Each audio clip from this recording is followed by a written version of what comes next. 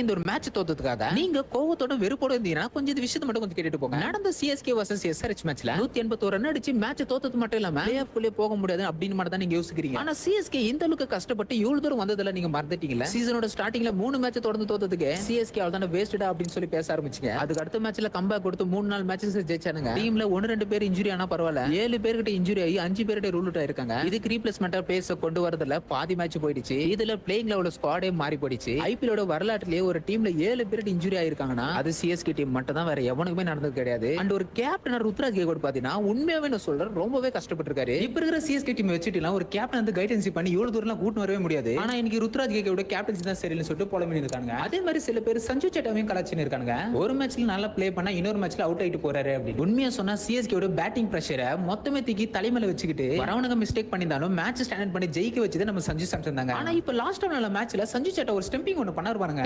டோனியோட சாயில நான் அப்படியே நான் பார்த்தேன். சரி ஓகே, இதுக்கப்புறமா சிஎஸ்கே டீம் யாரனா போட்டு கலாய்க்கணும் அப்படின்னு நினைச்சீங்களா அவங்களுக்கு எல்லாம் நான் இன்னொன்னு நான் ஒன்னு சொல்லிக்கிறேன். சிஎஸ்கே ஐபிஎல் ஆண்டு அனுபவிச்சுட்டு 5 கப் வச்சிருக்காங்க. அதனால இந்த ஒரு சீசன் எங்களுக்கு கப் இல்லைன்னு சொல்லிட்டு எங்களுக்கு எல்லாம் துளி கூட வருத்தம் கிடையாது. அதனால இந்த ஒரு சீசன்ல எவனுக்கு கப் வேணுமோ போய் அடிச்சு எடுத்துட்டு போங்க. ஆனா இதுக்கெல்லாம் சேர்த்து அடுத்த சீசன்ல ஒரு கம்பேக் ஒன்று கொடுத்து கப்பு கிட்ட எவனுமே வர முடியாத இடத்துல நாங்க இருப்பேன். அப்ப அவனை எவன இருந்தாலும் வாங்கடா, நீங்க சொன்னதுக்கு நாங்களும் சப்போர்ட் பண்றோம் அப்படின்னு சொல்றவங்க கமெண்ட் எழுத போடுங்க.